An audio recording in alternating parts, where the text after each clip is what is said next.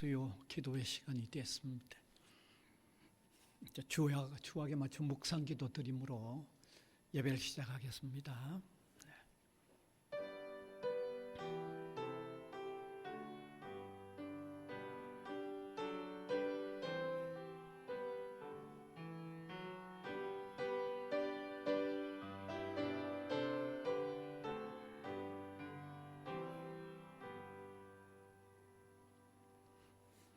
찬송가 438장입니다.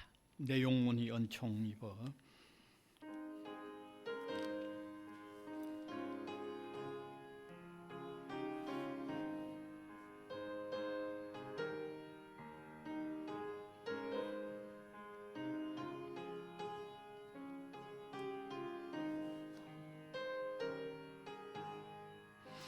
내 영혼이 은총 입어 중한 죄짐 벗고 보니 슬픔 많은 이 세상도 천국으로 가도다.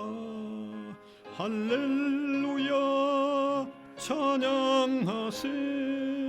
내 모든 죄 사함받고 주 예수와 동행하니 그 어디나 하늘나라. 주의 얼굴 뵙기 전에 멀리 뵈던 하늘나라. 내 맘속에 이루어지니 날로 날로 가깝도다. 할렐루야 찬양하세. 내 모든 죄 사함받고 주 예수와 동행하니 그 어디나 하늘나라. 높은 산이 거친 돌이 초막이나 궁궐이나 내 주 예수 모신 곳이 그 어디나 하늘나라. 할렐루야 찬양하세. 내 모든 죄 사함받고 주 예수와 동행하니 그 어디나 하늘나라. 기도드리겠습니다. 무한한 사랑으로 우리를 사랑하시고 품어가시는 하나님, 은혜를 감사드립니다. 예수 그리스도를 십자가에 희생하심으로 통하여 우리를 향한 하나님의 사랑을 확증시켜 주셔서 그 사랑 안에 살아가게 되는 것을 무한히 감사를 드립니다. 세상은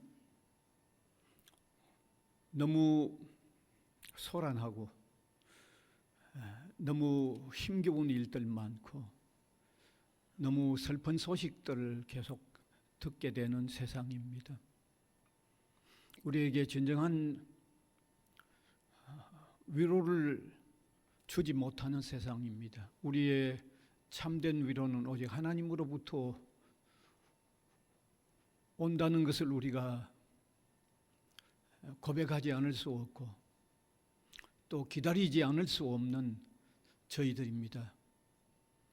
사랑하는 주님께서 이 시간도 우리의 신령한 눈을 띄워주사 참된 용서와 위로와 사랑은 위로 하나님으로부터 오는 것을 깨달아 그 하나님을 우러러 바라보며 신령과 진리로 예배하는 우리 마음이 되게 하여 주시기를 원하옵고 바랍니다. 특별히 아직도 믿음의 세계에 들어오지 못한 사람들이 있다고 하면 성령께서 감화 감동을 시키사 하나님의 말씀이 깨달아지고 믿어지게 하여 주님의 소망에 찬 이 복된 세계 안에 들어올 수 있도록 인도하여 주시기를 원합니다. 이미 믿음으로 살아간다고 하는 우리들 중에 온전히 주님을 따르지 못하는 우리 모습들을 주님 너무 분명히 보실 줄 압니다. 다소곳이 온전히 주님만 따르는 믿음의 마음이 더욱 깊어지게 하시고 이 믿음의 세계에서 마음껏 자유를 누리며 주님이 주시는 평안을 누리며 참된 행복을 누리는 믿음의 깊은 세계에 들어가는 우리 믿음의 사람이 되도록 인도하여 주시기를 원하옵고 바랍니다. 온 세계적으로 여러 가지 너무너무 힘든 상황 가운데 있는 사람들, 전쟁통에 너무 고통스러운 사람들 하나님이 불쌍히 여겨주시고 전쟁이 그쳐지도록 도와주시기를 원하옵고 바랍니다. 우리 성도들 흩어져 지낼지라도 주님을 가장 생각하면서 주님의 뜻을 찾으면서 주님의 말씀 따라 힘을 얻으면서 당당하게 살아나갈 수 있도록 인도하여 주시기를 원하옵고 바랍니다. 특별히 우리 학원부의 은혜를 베풀어 주셔서 성지고등학교와 우리 부산 외국어대학교가 하나님 이 어려운 때에 더욱 굳건히 세워져 가게 하시고 우뚝 세워져 가도록 인도하여 주시기를 원하옵고 바랍니다. 많은 학우들을 보내주셔서 신입생으로 보내주셔서 귀한 교육이 이루어지게 하시고 온 세계 속에 신실한 하나님의 사람들을 보내는 이런 엄청난 역할을 감당할 수 있도록 함께하여 주시기를 원하옵고 바랍니다. 우리 모든 구성원들이 그리스도 안에서 하나 되게 하여 주시고 행복한 죄악의 행복을 느끼는 삶들이 구체적으로 느껴지고 삶이 이루어져 가도록 하나님께서 함께하여 주시옵소서. 이 시간도 하나님의 말씀을 함께 나눌 때에 귀한 깨달음이 있게 하시고 우리의 삶의 걸음을 이 말씀의 토대 위에 힘차게 옮겨나갈 수 있도록 우리를 사로잡아 주옵소서. 예수 그리스도의 이름으로 기도하옵나이다. 아멘.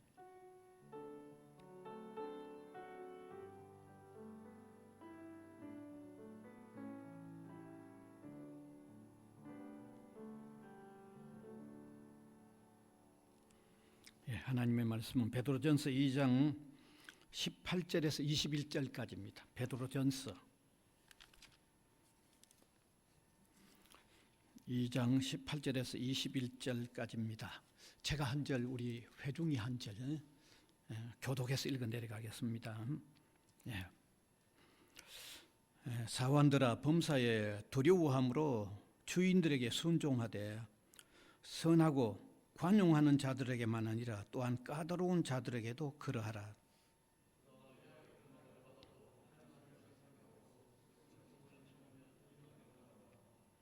죄가 있어 매를 맞고 참으면 무슨 칭찬이 있으리요. 그러나 선을 행함으로 고난을 받고 참으면 이는 하나님 앞에서 아름다우니라.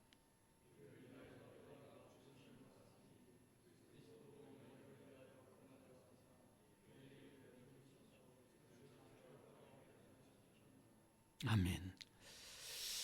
오늘 이 시간엔 신자의 성숙한 대인관계라는 이런 주제의 말씀을 그저 잠시 나누기를 원합니다.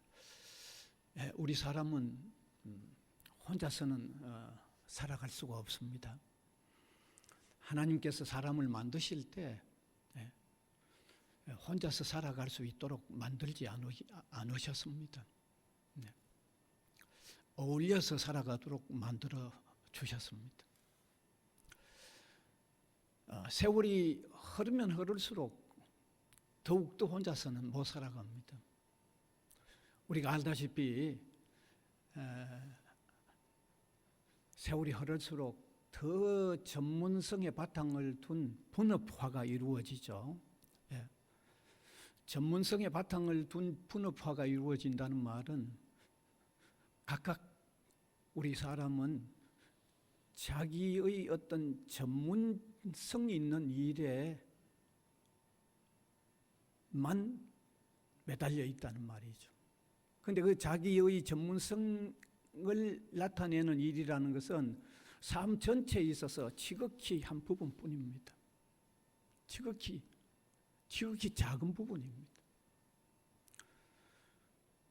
지극히 작은 그 부분 가지고 자기의 삶 전체를 살아낼 수가 없는 거죠. 다른 사람들이 이루어 나가는 많은 것들을 도입해야만 살아가는 원리 속에 있습니다.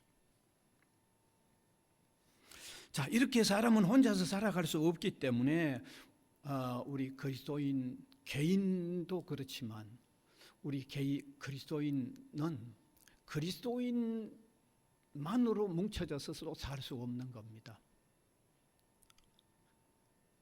세상의 다른 사람들과 함께 어우러져 살아야만 하는 것입니다. 성경도 그렇게 표현하고 있습니다. 성경도 그리스도인만 따로 이렇게 사는 것을 성경은 명하지 않았습니다. 그런 예를 하나 든다고 하면 예수님께서 수제자라고 할 수 있는 베드로와 야고보, 요한을 데리고 변화산이라는 산상에 올라갔었습니다. 거기 예수님과 모세와 엘리야가 그 산에 나타나셨어요. 예수님과 제자들이 올라갔는데 모세와 엘리야가 지난날 살았던 사람인데 그 현장에 나타나서 세 분이 대화를 하는 모습을 누가 보는가 하면 베드로가 보고는 그 장면이 너무너무 마음에 들어서 거기서 살고 싶어 한 거죠. 그래서 예수님에게 뭐라고 말합니까? 여기 초막셋을 지어서 우리가 여기서 함께 살면 어떻겠습니까? 라고 요청을 했을 때 예수님은 내려가자고 그랬습니다. 내려가야 된다고 했습니다. 아주 의미 있는 말씀을 하셨죠. 그 말은 기독신자라도 기독신자들만 연합해서 사는 게 아니고 내려가서 세상 사람들과 함께 어우러져 살아야 한다는 것을 얘기하고 있고 세상 사람들 속에 엄청나게 중요한 역할을 감당하면서 살아야 된다고 하는 의미를 담고 있는 것입니다. 혹 미국 같은 데 가보면요, 이런 집단이 있어요. 독특한 크리스천 집단이 있는데 그들만 모여서 합니다. 불신자들하고 교류를 안 합니다. 그런데 그들의 삶을 가만히 보면요, 건전하지도 못하고 사회적인 책임도 제대로 감당하지 못하고 있어요. 그런 집단이 있는데 주로 어떻게 하면 자녀들 학교도 안 보내죠. 일반 학교에 안 보냅니다. 심지어 전기 사용도 안 합니다. 그들이 따로 사용하죠. 뿐만 아니라 비료 같은 것도 사용 안 합니다. 완전히 단절되어서 그들 집단만 사는 크리스천 집단이 있는데 제가 보니까 건전하지도 않고 그다음에 두 번째 사회 속의 역할도 제대로 못하고 있다는 거죠. 따라서 우리가 그런 걸 보면요, 우리 신자들은 신자들과도 잘 어울려야 하지만 신자들만 따로 살아야 되는 게 아니고 불신자들과도 그 속에 함께 어우러져 살면서 바른 역할과 건전성을 바로 유지할 필요가 있다는 겁니다. 그래야만 그리스도인이 사회 속에서 빛과 소금의 역할을 제대로 담당할 뿐만 아니라 두 번째로 복음 전파에 사명도 제대로 감당할 수 있는 거죠. 예. 여러분 기독 신자만 따로 모여서 한다고 하면 그 일은 불가능하잖아요. 그런데 오늘 이 본문은 우리에게 어떤 그런 포인트를 우리에게 주고 있는데, 본문의 주된 내용은 뭘 얘기하는가 하면 주종 관계에 대한 대인 관계를 가르쳐주고 있지만은 이 말씀은 꼭 어떤 주인과 종의 그런 관계를 넘어서서 이 사회생활 전반에서 그리스도인은 어떤 모습으로 나타나야 하는가 하는 아주 중요한 한 포인트를 우리에게 주고 있습니다. 그러니까 사회 속에서 우리가 살면서 그리스도인으로서 어떤 정상적인 이 대인 관계를 이룩하는 한 포인트를 우리에게 주고 있다는 거죠. 뭐 사회 속에서 하는 우리 그리스도인들이 살아내야 할 이 대인 관계 전체를 얘기하는 건 뭐 성경에 여기저기 다 있겠지만은 오늘 여기 본문에는 우리에게 한 가지를 알려주고 있다는 거죠. 그건 뭔가 하면 절대로 우리가 사회 속에 살면서 보복하려고 하는 정신은 버려라는 얘기입니다. 보복하려고 하는 정신은 철저히 버리라는 겁니다. 오히려 보복하고 싶을지라도 철저히 참아라고 하는 것을 오늘 여기 가르쳐주고 있죠. 여기 보면 19절에 보면 적겠습니다. 19절 부당하게 고난을 받아도 하나님을 생각함으로 슬픔을 참으면 이는 아름다우나 그랬습니다. 왜? 좀 참아라. 보복할 일이 있더라도 좀 보복하지 말고 참아라고 했는가 하면 20절이 밝히고 있는데 그 이유는 22절에서 23절이 밝히고 있어요. 22절에서 23절 같이 한번 읽어봅시다. 그는 죄를 범하지 아니하시고 그 입에 거짓도 없으시며 욕을 당하시되 맞대어 욕하지 아니하시고 고난을 당하시되 위협하지 아니하시고 오직 공의로 심판하시는 이에게 부탁하시며, 이건 예수님께서 우리 기독 신자의 모범 중에 최고의 모범을 보여주셨을 뿐만 아니라 완전한 모범을 보여주신 예수님께서 정말 이루 말할 수 없는 억울한 일을 당하시고 욕을 당하시되 절대로 맞대고 욕하지 아니하시고 고난을 당하시되 위협하지 아니하시고 참으셨다는 거죠. 여러분, 예수님은 우리 그리스도인들에게 있어서 완전한 최고의 모범이십니다. 최고의 모범이십니다. 절대적인 모범이십니다. 그런데 예수님께서 당하셨던 일을 우리가 한번 생각해 보면요, 저와 여러분 아무도 이 중에 한 사람 어느 누구도 우리가 아무리 좋은 그리스도인이라도 예수님처럼 한번 당했다고 생각을 해보면 쉽게 참을 수 있는 사람이 아마 한 사람도 없을 겁니다. 그런데 예수님은 참으셨다는 거죠. 보복 절대 안 하셨다는 거죠. 보복을 절대 안 하셨다는 거죠.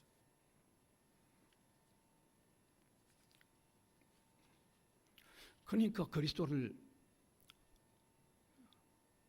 믿고 따라가며 섬겨야 하는 우리는 그 모범을 우리가 받아들여야 된다는 거죠. 그러니까 보복하려고 하는 생각들은 내려놓자는 얘기죠. 보복하고 싶은 생각이 막 엄청나게 일어나더라도 정말 참자는 얘기죠. 미국 오하이오에 사는 캐트리나 위톤이라는 신자가 이런 이야기를 했어요. 저는 이런 간단한 얘기를 제가 그 어퍼룸이라고 하는 책에, 그 간단한 책에서 많이 찾아냅니다. 이 사람이, 위톤이라는 사람이 이런 얘기를 했습니다. 자기가 다니는 교회에 청년회 그 수련회가 있었습니다. 그 수련회에 자기 여동생이 예수 믿고 얼마 안 됐는데 근래 예수를 믿었는데 그 수련회에 참석을 했다는 거죠. 그런데 그 모임에 참석했던 다른 한 여청년이 자기 여동생에게 엄청나게 마음 상하는 짓을 했다는 거죠. 예. 말로 자기 여동생을 너무 고통스럽게 하는 말을 했다는 거죠. 그런데도 자기 여동생이요 전혀 거기에 맞대어 어떤 이렇게 반응을 보이지 아니하고 묵묵히 참더라는 겁니다. 묵묵히 참더라는 겁니다. 이 사실을 조금 알고는 동생에게 그렇게 얘기했답니다. 네 그렇게 어렵게 만들고 힘들게 만드는 그 아이를 내가 혼내주겠다고 그랬다는 거죠. 그런데 동생이 또 너무 만류를 하더랍니다. 제발 좀 그러지 말고 좀 참아라. 나는 당사자인데 나도 이렇게 꾹 참고 있는데 왜 그렇게 나섰냐고 좀 참아달라고 하더라는 거죠. 그래서 참다 보니까 막 그런 감정이 조금 이렇게 누그러뜨려졌는데 그때 그 동생을 보니까 그렇게 아름답더라는 거죠. 그렇게 아름답더라는 거죠. 그렇게 여유로워 보이더라는 거죠. 그래서 그 동생, 교회 나온 지 얼마 되지 않는 그 동생으로 통하여 자기가 너무 감동을 받았다고 하는 글을 거기 적어 놓았는데 제가 그 글을 읽으면서 야, 그렇다. 우리 그리스도인들이 오늘 이 세상이 너무너무 이 보복하려고 하는 일로 각박해져 가는 이 사회 속에 그들과 함께 지내는 이 사회 속에 우리 그리스도인들은 보복하려고 하는 이 마음은 대인관계에서 우리가 해야 할 일들이 많겠지만 그 중에 중요한 것 하나는 이 보복하려고 하는 마음은 없애자는 거죠. 참아가면서 이런 건 지워내자는 거죠. 여러분, 왜 그러면 우리 그리스도인들이 이 대사회적인 관계성 속에 살면서 이런 마음은 왜 지울 필요가 있는가? 저는 한 두 가지로 생각을 해보는데 첫 번째는 자신 속에 그리스도를 닮아가는 성숙함이 이루어지죠. 보복하려고 하는 마음이 없어질 때 자신 속에 그리스도를 닮아가는 성숙함이 이루어져 간다는 것입니다. 여러분, 우리는 예수님을 성경을 읽어보았기 때문에 또 수없이 많은 설교를 들어보았기 때문에 너무너무 잘 알잖아요. 너무 잘 알죠. 예수님은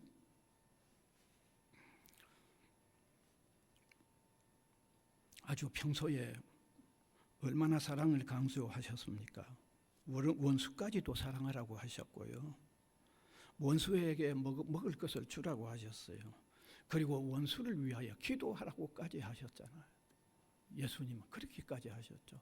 그리고 심지어 십자가에 자기를 매달아 죽이는 사람들을 향해서 하나님, 저들이 지금 하고 있는 일이 얼마나 악한가를 모르는데 저들을 용서해 달라고 하나님 앞에 실제로 기도까지 하셨잖아요. 이게 예수님의 모습이잖아요.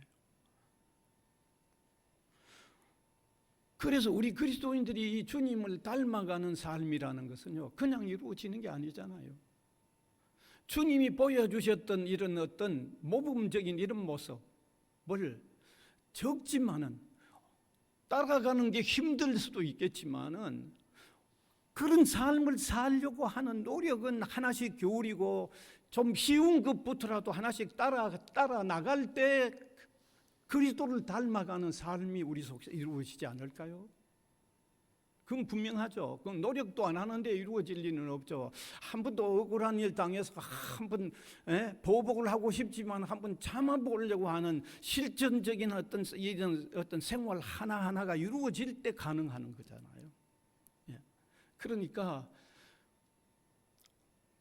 사회 속에서 우리가 만나는 사람들 가운데 보복하고 싶은 어떤 일들이 너무너무 많을지라도 참고 보복하지 않는 삶의 정신을 작은 것부터라도 하나씩 실천할 때 그리스도를 닮아가는 그리스도인의 삶이 좀 더 형성되어 간다는 사실을 깨달았으면 좋겠습니다. 그 다음에 두 번째, 보복하는 삶을 살지 아니하고 참는 삶은 우리 하나님의 사랑의 성질과 폭을 그들에게 보여주는 삶이 된다는 겁니다. 우리가 그들이 하는 대로 그대로 우리가 행한다고 하면 그들이 우리로 통해서 하나님은 어떤 사랑이 하나님이라고 하는데 도대체 어떤 사랑의 하나님인가라는 것은 도저히 느낄 수가 없잖아요. 그게 이해가 안 되잖아요. 우리가 사람들 앞에 나와서 보복하는 사람들에게 보복한다고 하면 그 사람들이 나를 보면서 하나님은 얼마나 어떤 사랑인가를 도저히 이해를 할 수가 없죠. 이해가 안 되잖아요.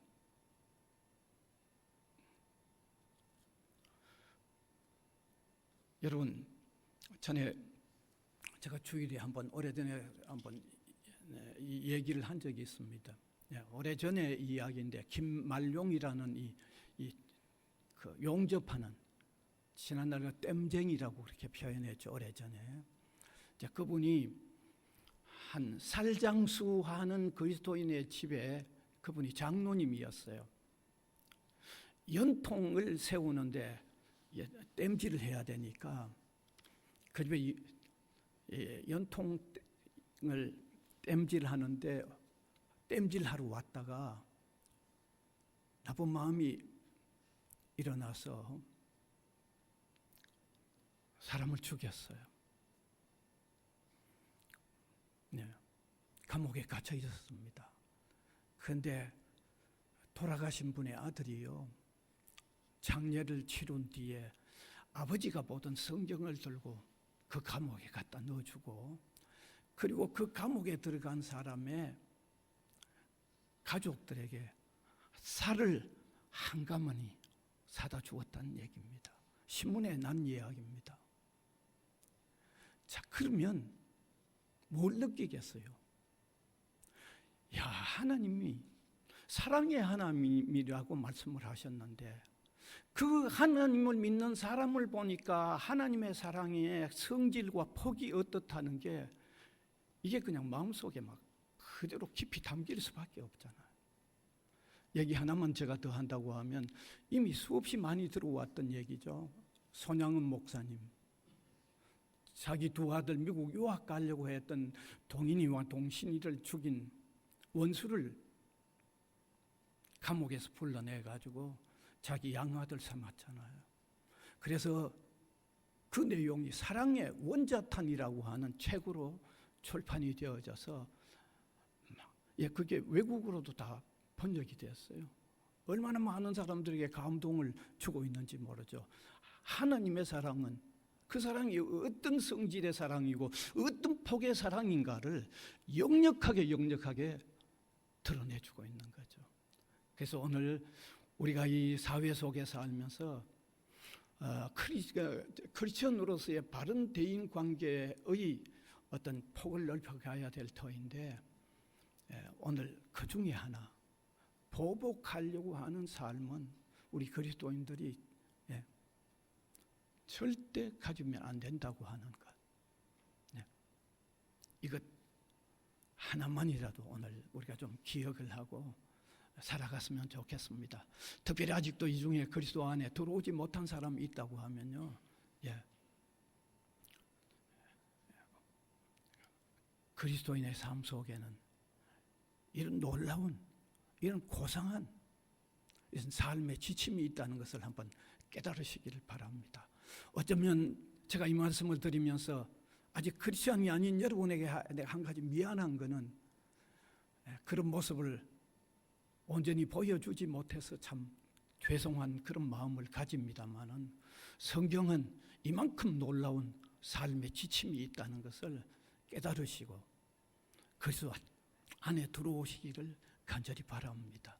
그리고 이미 믿는 우리는 이러한 삶의 걸음을 힘들지라도 한 걸음씩 옮겨나가는 이런 삶을 사는 저와 여러분이 될 수 있기를 간절히 바랍니다.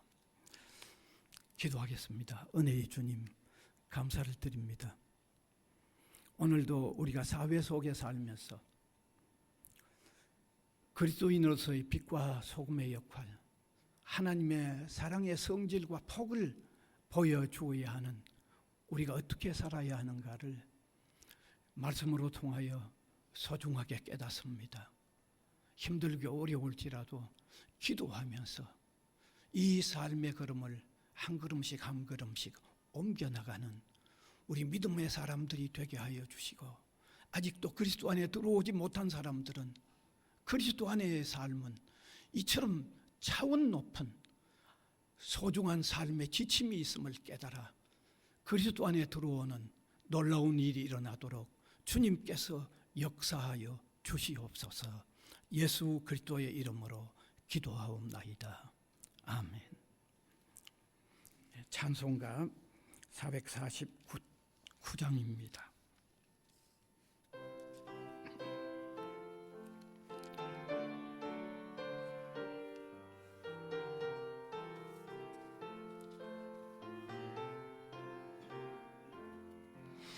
예수 따라가며 복음 순종하면 우리 행할 길 환하겠네. 주를 의지하며 순종하는 자를 주가 늘 함께 하시리라.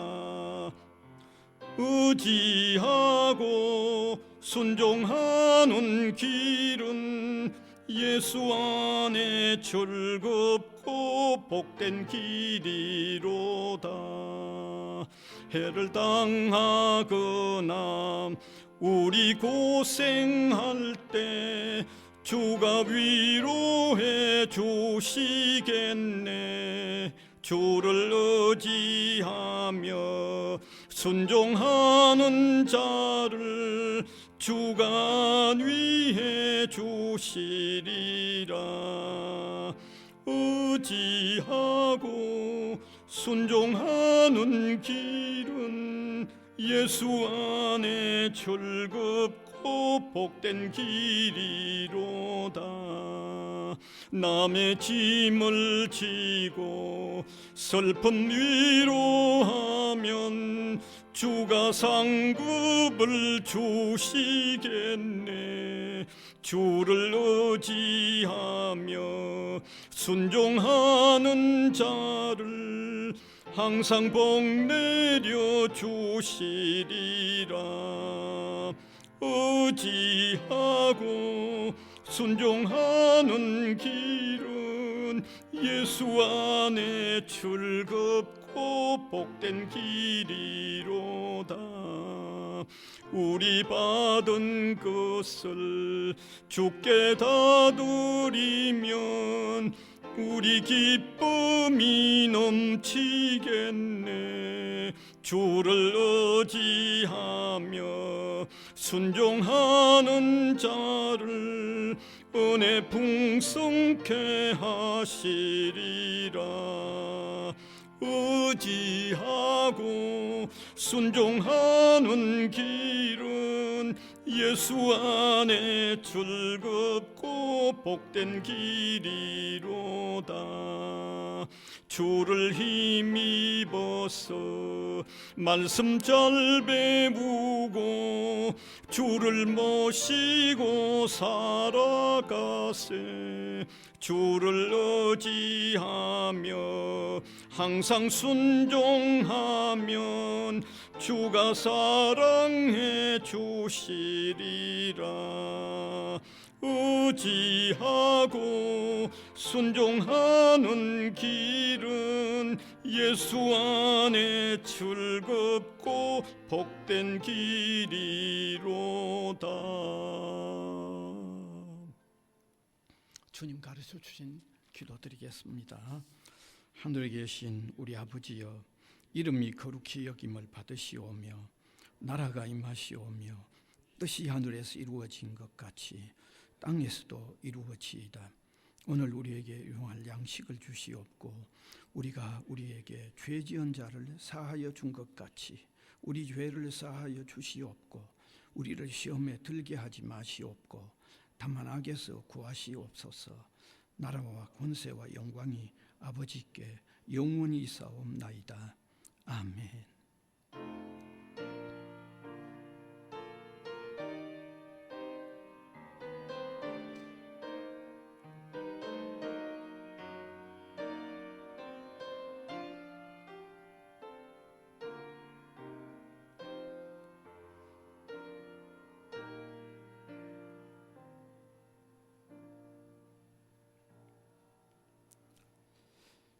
예배 마쳤습니다. 감사합니다. 잘 가십시오.